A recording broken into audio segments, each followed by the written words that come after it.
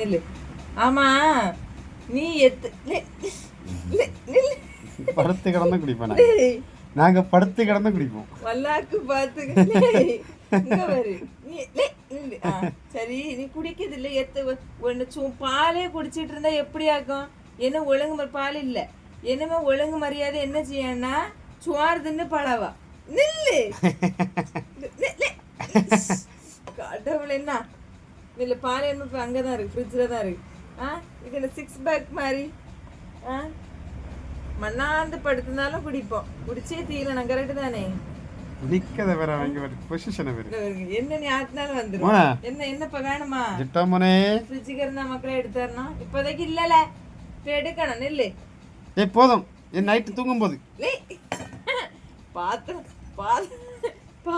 பாத்திரம் பட்டியல நான் உள்ள யாரி இருக்கு போறியா ஐயா நான் எடுத்துட்டு வரேன்.